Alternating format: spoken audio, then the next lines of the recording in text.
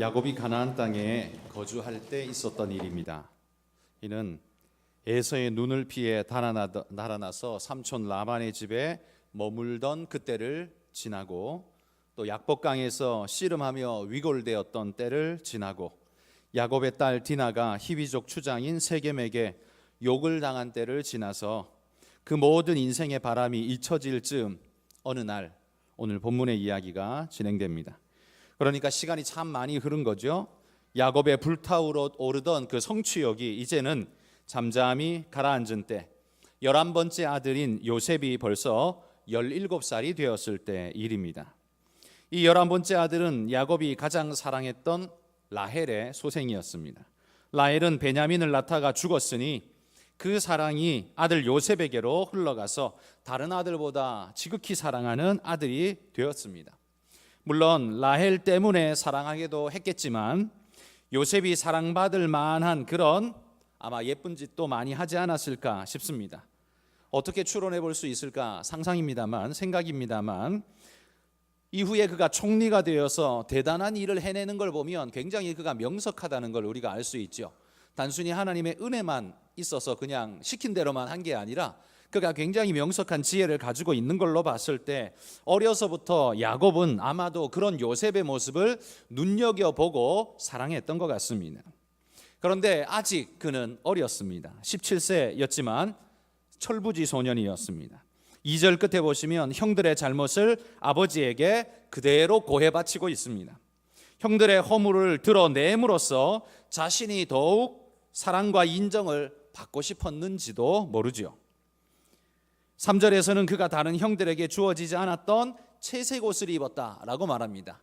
우리로 말하면 색동옷을 입은 거겠죠. 이건 아버지의 특별한 사랑을 의미하는 것입니다. 아버지의 특별한 구별된 사랑을 그가 받았습니다. 그러나 그것 때문에 형들에게 구별된 특별한 미움을 받을 수밖에 없었습니다. 이건 아버지 야곱의, 제가 생각할 때는 경솔함이었다라고 생각합니다. 이건 형들이 당연히 미워할 수밖에 없는 일이죠. 게다가 5절에 보면 요셉은 꿈을 꾸고 형들과 아버지에게 꿈 이야기를 그냥 가감없이 그대로 이야기해버렸습니다.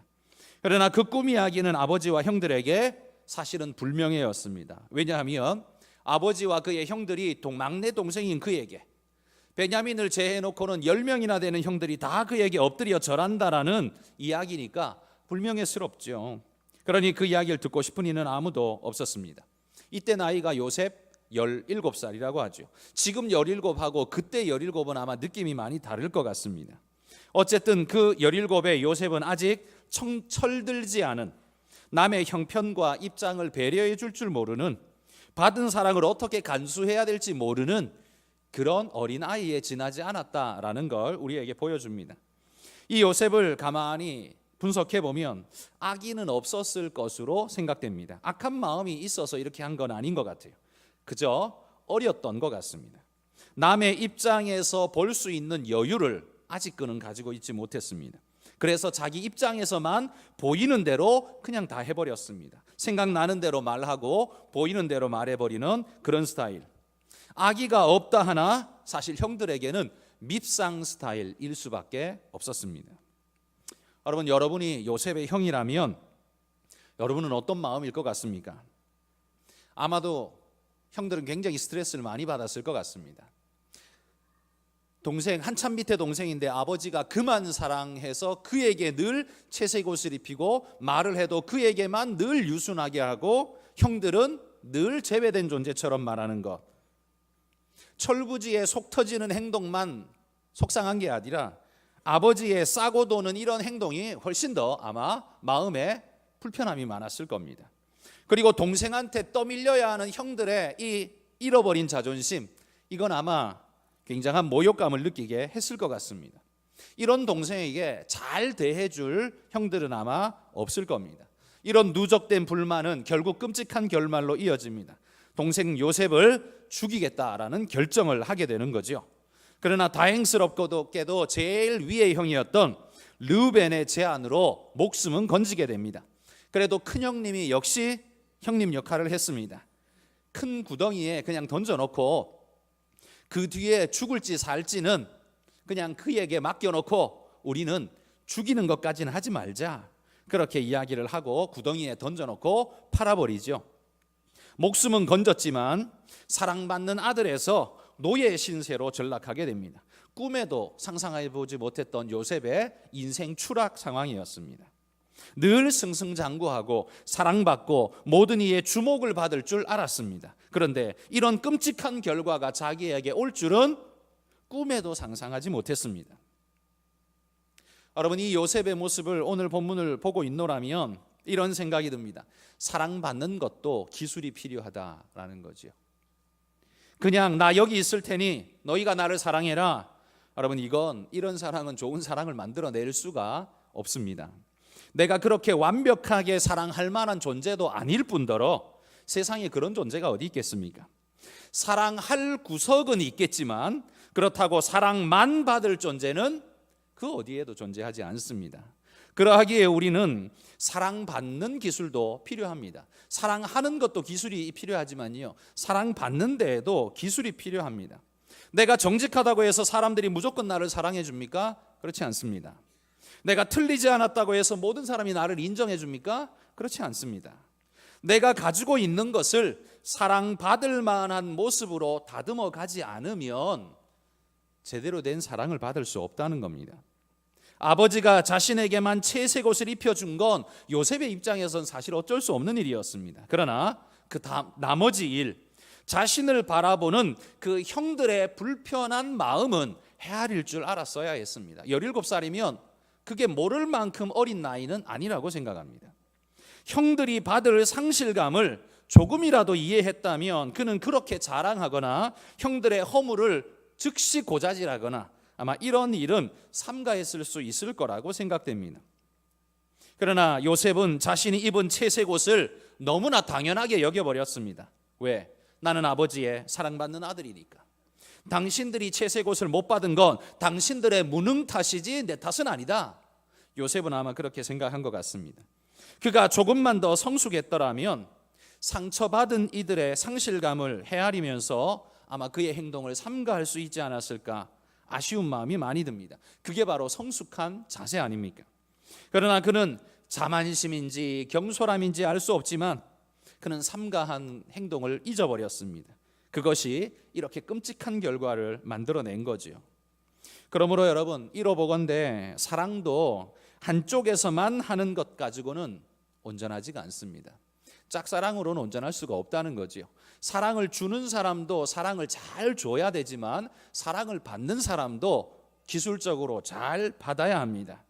내 쪽에서도 뭔가 옳게 반응해야 사랑이 완성될 수 있다는 겁니다. 내가 틀리지 않았다는 이유 하나만으로 내게 사랑이 주어져야 한다라고 생각하는 거 정말 너무나 단순한 어린 생각일 수밖에 없습니다. 그 생각으로 아버지께 쪼르륵 가서 다 일러 바치는 것, 이건 요셉의 철부지의 모습과 다를 바 없는 우리의 모습입니다. 채색 옷은 당연히 나의 것이라고 생각하는 요셉의 생각, 이 또한 철부지의 생각 아닙니까? 여러분, 그런 사람은 사랑이 아니라 미움을 받게 되어 있습니다. 여기 요셉도요, 딱 한 사람에게 사랑받고 10사람에게 미움받았습니다. 그러니 이건 사랑보다 미움을 더 많이 받은 거겠죠. 사랑받는 기술은 적절하게 사랑을 흘려보내줄 줄 알 때 그때 사랑받는 기술이 성장하는 거죠. 아버지께서 자신에게 무한 사랑을 흘려보내 주셨다는 건 요셉에게는 감사한 일이죠. 그 자기가 어떻게 할 수 없습니다. 아버지가 그렇게 하신 거니까요. 그런데 그렇게 받으면서도 그 받은 사랑에 어느 정도라도 흘려보내주는 작업, 형들의 입장에서 생각해주고 더 겸손한 모습으로 형들 앞에서 행동했더라면 형들의 마음속의 압력은, 그 분노의 압력은 아마 좀 가라앉을 수 있지 않았을까, 그런 생각을 합니다. 그들 마음의 상실감과 상처를 헤아려 줬더라면 불편하지만 그래도 네가 잘못한 게 뭐가 있나, 이런 마음 가지고 용서할 수 있는 마음이 형들에게 조금 더 있지 않았을까, 이런 생각 듭니다. 요셉은 17살 나이에 헤아림의 기술이 없었습니다. 사랑은 무한정 받았는데 사랑받는 기술이 없었습니다. 그래서 이 사랑을 어떻게 간수해야 될지를 몰랐다는 거죠. 자, 그러면 야곱은 어떻습니까? 야곱도 아들 요셉의 꿈 이야기를 듣고 편하지 않았습니다. 꾸짖었습니다. 나와 내 어머니와 내 형들이 내게 엎드려 절하겠느냐 그러면서 그를 꾸짖습니다. 이런 일은 일어날 수가 사실 없죠. 고대 사회에 아무리 잘 된다고 해도 아버지가 아들에게 엎드려 절하는 건요, 그가 왕이 되는 것 외에는 사실 다른 방법이 없잖아요. 왕이 되는 것 외에는 아버지가 그에게 절할 만한 일은 없습니다. 그러니 야곱과 형제들이 봤을 때 이건 절대로 불가능한 일이죠. 아무리 사랑하는 아들이라 해도 형들을 넘어서 아버지에게까지 그렇게 말하는 것, 이건 참을 수 없는 일입니다. 그래서 그는 꾸짖었죠. 그런데 이 야곱은 형들하고 좀 달랐습니다. 꾸짖는 것으로 끝나지 않고 11절에 보시면 그 말을 마음에 간직해 두었다 이렇게 말합니다. 말은 괘씸하지만 이 꿈은 뭔가 의미가 있는 꿈 같다는 생각을 아버지 입장에서 하게 됐다는 거죠.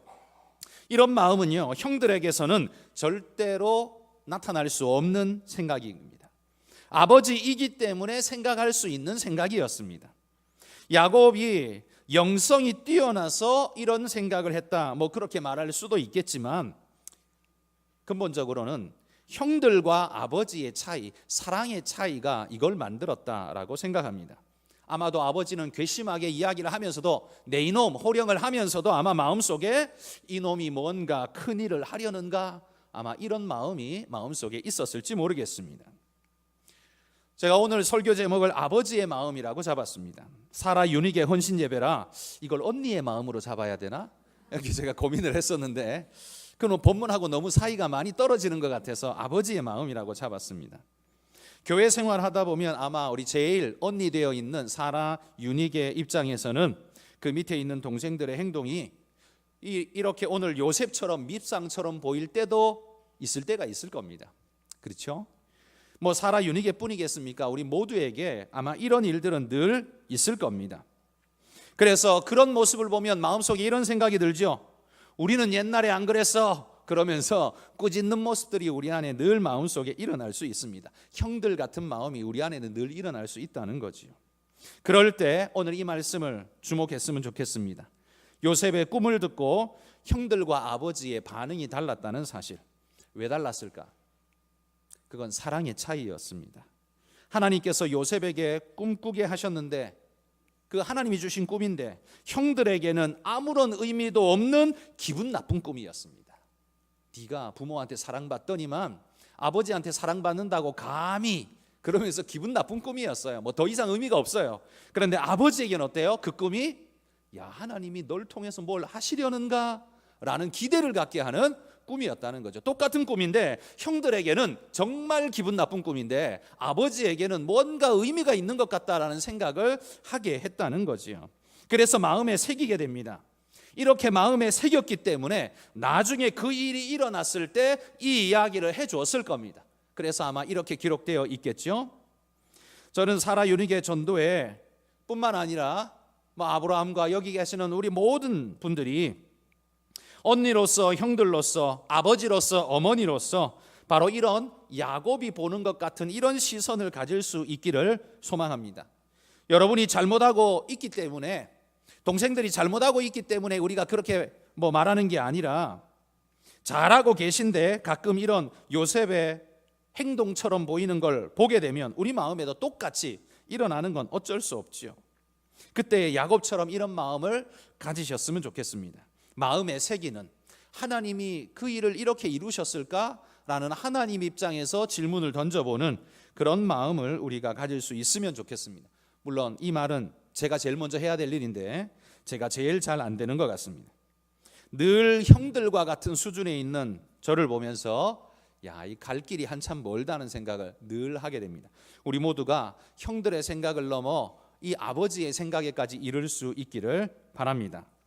마음에 새기는 아버지의 생각을 갖게 되기를 바라는데, 이런 마음으로 제가 오늘 여러분에게 오늘 이 본문을 가지고 4가지의 권면을 드리고자 합니다. 3가지. 첫 번째는 뭐냐면 요셉의 철없는 이 행동과 야곱의 반응을 살펴보면서 우리가 가져야 할 마음 자세가 무엇일까 교훈을 삼자는 거죠. 첫 번째는 배제가 아니라 배려를 먼저 하자라는 사실입니다. 형들은 아버지의 행동과 이 요셉의 철부지 모습 때문에 속이 많이 상했습니다. 그래서 그들 모임 중에 요셉을 끼워주고 싶지 않았습니다. 그래서 요셉이 올 때 그를 뭐라고 부릅니까? 저 꿈쟁이가 온다. 이렇게 자기와 구별시켜버린, 배제시켜버린, 자기 그룹에 함께 할 수 없는 존재로, 왕따의 존재로 요셉을 밀어내버린 모습을 우리가 볼 수 있습니다. 배제이죠. 아버지의 마음에서 배제된 억울함을 동생을 배제시킴으로써 갚으려는 형들의 보상심리가 이 마음속에서 잘 드러나게 됩니다. 우리는 그들의 마음이 사실 충분히 이해가지 않습니까? 그러나 그들의 행동은 결코 옳은 행동은 아닙니다. 그들의 배제 행동 때문에 요셉이 총리가 된 것 아닌가? 누군가는 아마 이렇게 말하실 수 있을지 모르겠습니다. 형들이 그들을 미워했고 미워서 팔았는데 그거 하필이면 애굽의 보디발 집에 갔고 여차여차해서 총리까지 된 거 아니냐? 그러니까 형들이 안 팔았으면 이렇게 안 됐을 것 아니냐? 아마 이렇게 생각하는 분들이 있으실 줄 압니다. 그러나 여러분, 이렇게 질문을 바꿔볼게요. 형들이 안 팔았으면 하나님은 요셉을 총리 만들 방법이 없었을까요? 없었을까요? 하나님에게는 무수한 방법이 있겠죠. 형들이 안 팔았다고 해서 하나님의 역사가 스톱되어지고 요셉을 통해서 하고자 하는 계획이 멈춰버릴 것인가? 아니라는 말입니다. 그러니까 이 말은 뭐냐 하면 형들이 요셉을 팔아서 내가 너를 팔았으니까 네가 총리 된 거야, 이렇게 말하는 건 정당하지 않다는 거예요. 이해되십니까? 형들이 동생을 판 건 그건 하나님의 계획을 바라보며 판 게 아니라 분노 때문에 팔았어요. 억울해서 팔았어요. 기분 나빠서 팔았어요. 자신의 죄 때문입니다. 그래 놓고 하나님이 그 사람이 저지른 죄를 하나님이 수습해서 아름답게 만들어 두니까 하는 말이 야, 내가 그렇게 했으니까 네가 그렇게 된 거야, 이렇게 말하는 건 틀렸다는 말이에요. 그건 하나님의 작품이지 자기 작품이 아니에요. 형들이 요셉을 안 팔았으면 요셉이 총리가 안 됐을까? 저는 충분히 하나님의 능력으로 만드실 수 있다고 믿습니다. 그거 안 팔아도 다른 방법은 무수하게 있겠죠. 오히려 자기의 악함을 그런 식으로 가리려고 하는 마음은 그건 성경을 바르게 보는 눈이 절대 아닙니다. 하나님이 우리의 허물과 실수를 놀랍게도 사용하시기 때문에 우리의 허물이 덮어진 것일 뿐이지, 형들의 허물이 덮어진 것일 뿐이지, 형들이 잘해서 총리 만들어준 건 절대 아니라는 말입니다. 오히려 이런 배제의 심정 속에서 한 사람, 그의 큰형 르벤만이 배려의 마음을 가지고 있는 걸 우리가 볼 수 있습니다. 장자이기 때문에 아마 이 요셉을 향한 아버지의 편애와 이 요셉이 좀 까불고 있는 모습이 더 속상할 수 있을 것 같은 장자 르벤임에도 불구하고 그 어린 철부지 동생의 행동을 꾸짖기는 하지만 그래도 죽이지는 말자고 말한 유일한 사람이 르벤이었습니다. 죽이지는 마라. 아버지의 마음을 어느 정도 이해하고 있기 때문이겠죠. 그리고 르벤과 이 요셉하고는 나이 차이가 적어도 10년 이상은 나지 않았겠습니까? 거기에 중간에만 해도 8명의 형제가 끼어 있으니 이게 그냥 벌어져도 아마 10년 이상은 벌어져서 한참 밑에 있는 동생이기 때문에 그가 뭐라고 해도 그냥 긍휼한 마음으로 봐줄 수 있는 여유가 르벤에게는 어느 정도 있었던 것 같습니다. 여러분, 우리가 사라 유니게뿐만 아니라 우리 모두가 마음이 불편하고 힘겨울 때에도요, 이런 르벤 같은 마음, 배려와 긍휼의 마음을 잊지 않았으면 좋겠습니다.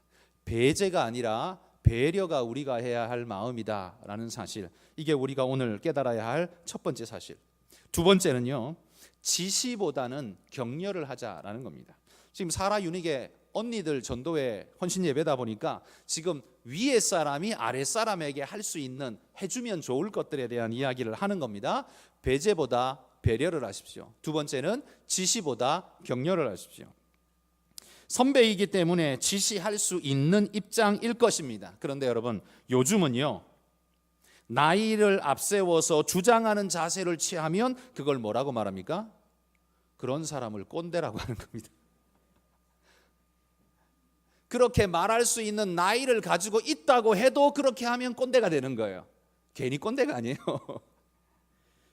그렇게 할 수 있는 권한이 있다고 해서 그 일을 그렇게 해버리면 그게 꼰대가 되는 거예요. 마음속이 이미 꼬여버렸죠. 그 사람은 뭐라고 말해도 아이들이 듣지 않습니다. 이미 마음에서 접은 상태예요. 그 사람이 아무리 좋은 말을 해도 절대 듣지 않습니다. 선배 입장에서 말할 수 있지만 여러분, 지시보다 격려를 해주면 더 좋은 방향으로 흘러갈 수 있을 겁니다. 요즘 리더십이 그렇습니다. 요즘 시대가 추구하는 리더십은 옛날에는 선배이니까, 어른이니까 이게 암묵적으로 모두 공이 통했습니다. 근데 지금은 통하지 않습니다. 아까도 이야기했지만 그게 선배이니까, 어른이니까 그게 통하는 게 아니라 꼰대가 된다니까요. 그러니까 더 욕을 먹고 훨씬 더 불편한 관계가 되어져 버립니다. 그렇기 때문에 이제 이 요즘의 리더십은 그렇게 지시하는 리더십이 아니라 함께하는 리더십, 오히려 섬기는 리더십, 소통의 리더십이 지금 이 시대의 리더십이라고 그러지 않습니까? 저도 이게 잘 안 되지만, 정말 힘들지만 이렇게 해보려고 나름 부분에 있어서는 노력을 합니다. 그런데 이게 정말 잘 안 되더라고요. 잘 안 되는 이유 중에 하나가 걱정이 있는 것 같습니다. 뭐냐 하면, 그래가지고 어떻게 배우나, 우리 후배들이 그래가지고 뭘 배우나, 우리 아이들이 그래가지고 어떻게 배우나, 이런 생각이 먼저 앞서다 보니까 꾸중이 먼저 나가고 지시가 먼저 나가고 험악한 게 먼저 나가게 됩니다. 고치고자 하는 마음이겠죠. 그런데 그렇게 나가서 잘 고쳐지고 잘 되면 다행인데 요즘은 그렇지 않더라는 겁니다. 그래서 오히려 어떤 면에서는 그것까지 내가 책임지려는 마음을 내려놓고 나의 오지랖을 접고 그 부분을 오히려 하나님께 맡기면서 지시보다는 격려의 리더십으로 내가 하나님 섬기겠습니다. 그렇게 할 때 더 좋은 역사가 오늘 이 시대에는 이루어지리라고 생각합니다. 요셉을 노예로 여러분 팔아치운다고 해서 10명의 그 형들의 입장에서 좋아지는 게 뭐가 있을까요? 보기 싫은 애 하나 없애버렸으니 속이 시원하다라고 할지 모르지만 그 때문에 그들은 뭘 봐야 됐습니까? 아버지의 절규와 애통을 보게 됩니다. 그것 때문에 생겨난 죄의식을 그는 영원히 마음속에 담고 살아야만 했습니다. 처음에는 저놈만 없으면 좋겠다 싶어서 없애버렸습니다. 여기까지는 속이 시원하고 후련했습니다. 그런데 그 다음 더 큰 문제가 왔습니다. 아버지의 절규와 그 피눈물을 쏟아내는 눈물을 보니까, 애통을 보니까 이게 더 마음이 아픈 거죠. 게다가 내가 형제를 죽였다는 죄의식이 그의 일생을 지배하게 됩니다. 자유롭지를 못한 거지요. 아마 형들은 아버지의 눈물 앞에서 서로 쳐다보면서 말도 못하고 민망한 눈빛으로 그냥 고개를 푹 숙이고 있었을 겁니다. 여러분, 이게 잘한 일입니까? 이게 좋은 결과라고 말할 수 있을까요? 속은 일순간 후련했는데 그 다음이 영원토록 피곤한 일들이 주어지게 돼버렸습니다. 잘한 일이 아니죠. 하나님이 그 사건을 잘되게 만들었기에 망정이지 형들은 결코 잘한 일이 아닙니다. 잘못한 겁니다. 이후에 요셉 앞에서 목숨을 구걸해야 하는 비참한 결과가 도출됐습니다. 하나님이 요셉을 구하시지 않았다면, 그리고 하나님께서 요셉의 마음속에 형들을 용서하고자 하는 마음을 주시지 않았다면, 하나님의 계획이라는 걸 요셉에게 깨닫게 하시지 않았더라면 상황은 아마 최악으로 다다랐을 겁니다. 그들 형들 10명은 모두가 애굽의 총리 앞에 목이 달아나는 상황이 되어지게 됐겠죠. 여러분, 지시보다 격려가 우리 삶에 더 큰 역사를 만들어낼 수 있다는 걸 기억하면서 우리가 그런 마음을 가지고 살아갈 수 있으면 좋겠습니다. 세 번째는요, 오늘 이 요셉의 모습을 보며 내 입장에서 생각하지 말고 그의 입장에서 생각하자라는 겁니다. 오늘 요셉의 사건은 내 입장에서 생각한 것 때문에 벌어진 일이지 않습니까? 억울한 형들의 입장은 충분히 이해가 됩니다. 나라도, 내가 형이라도 정말 화가 날 것 같습니다. 요셉은 먼저 형들의 입장에서 생각해 봤었어야 합니다. 자신의 입장은 그렇죠. 아버지가 주셨으니 내가 채색 옷을 입지, 그렇게 말할 수 있죠. 형들이 잘못했으니까 내가 아버지한테 이르지, 나는 단순히 꿈 이야기 했을 뿐이야, 이렇게 말할 수 있을 겁니다. 그가 잘못을 저지른 세 가지는 전부 다 변명할 수 있는 거리들을 가지고 있다는 거지요. 그러나 그건 철저히 자기 입장만 고수하는 일방통행식 생각일 뿐입니다. 이런 생각은 언제나 문제를 야기합니다. 그리고 사람들의 마음의 분노를 야기하죠. 성숙되지 못한 자기 중심적 생각일 뿐입니다. 세상의 도덕적 가르침에서도요, 남의 입장에서 생각해보라 이렇게 말합니다. 이 얼마나 좋은 말입니까? 남의 입장에서 생각해 줄 수 있는 사람은 넓은 사랑을 가지고 있는 사람이죠. 이게 바로 성숙한 사람입니다. 자기 주장만 하는 게 아니라 넓은 생각, 그의 입장에서 생각해주고, 그래 너도 참 힘들었겠다, 네가 오죽했으면 그랬겠나. 여러분, 이런 마음이 이해의 마음이지 않습니까? 이건 넓은 마음에서만 나오지 자기중심적 좁은 생각에서는, 철부지의 생각에서는 절대 나오지 않는 생각이지요. 남의 입장에서 생각해보라, 이건 아주 좋은 말입니다. 그런데 성경은 여기에서 한 걸음 더 나가는 걸 요구합니다. 뭐냐 하면 하나님이 어떻게 보실지 생각하라. 이게 성경이 말하는 가르침이죠. 베드로전서 2장 19절에 이렇게 말합니다. 부당하게 고난을 받아도 하나님을 생각함으로 슬픔을 참으면 이는 아름답다, 이렇게 말합니다. 우리가 당하는 어려움과 아픔이 있어도 하나님을 생각함으로 참으라고 말합니다. 남의 입장에서 서는 것도 훌륭한 생각인데, 거기에 한 걸음 더 나아가서 하나님이 어떻게 보실지 생각하라는 겁니다. 하나님은 나의 억울함도 보시지만 반대로 여러분, 나의 갑질도 보고 계신다는 걸 기억해야 합니다. 하나님은 나를 위하시기도 하시지만 나를 책망하기도 하신다는 사실을 기억해야 합니다. 오늘 본문의 37장에 나오는 이야기 속에 제가 보건대 한 사람도 칭찬할 만한 사람은 아무도 없습니다. 요셉도 그의 형들도 야곱도 칭찬받을 만한 입장이 못 됩니다. 그런데도 불구하고 놀라운 건 이런 허물과 잘못들 속에서도 하나님의 뜻과 계획을 성취시켜가는 하나님의 손길이 놀랍다는 겁니다. 아무도 잘한 게 없는데 결론은 좋은 결론을 맺었습니다. 이게 그들 때문입니까? 하나님 때문입니다. 다 잘못했는데 그 모두의 잘못을 바꾸어서 아름다운 결론을 도출해내시는 하나님의 놀라운 손길 때문에 이 결과가 아름답게 났다는 거지요. 여러분, 그러나 우리가 우리 인생을 뒤돌아볼 때 부끄러움이 남지 않도록 그렇게 행동할 수 있는 그런 넓은 마음, 그리고 남의 입장에서 생각하고 하나님의 눈으로 바라볼 수 있는 마음을 여러분 가질 수 있도록 기도하시기 바랍니다. 야곱이 죽었을 때 형들이 느꼈을 그 끝없는 두려움을 생각해 보십시오. 그것은 자기 삶의 부끄러움이었습니다. 자신이 잘못한 것을 절실히 알고 있는 거죠.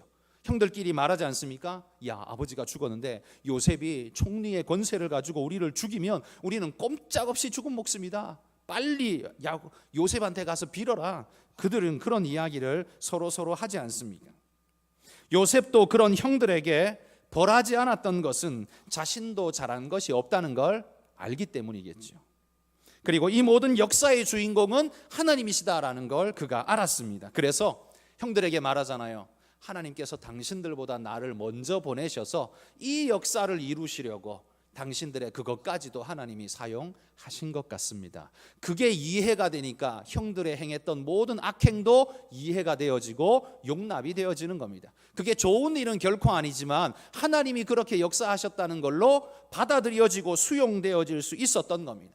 하나님을 생각하니까요, 이것마저도 자기를 죽이려고 했던 그것마저도 용서가 되고 이해가 되는 놀라운 역사가 그들 안에 일어나게 되더라는 거죠. 이 모든 역사의 주인공이 누굽니까? 하나님이십니다. 우리는 뭐 합니까? 우리는 다 잘못하고 있어요. 뭔 잘못을 합니까?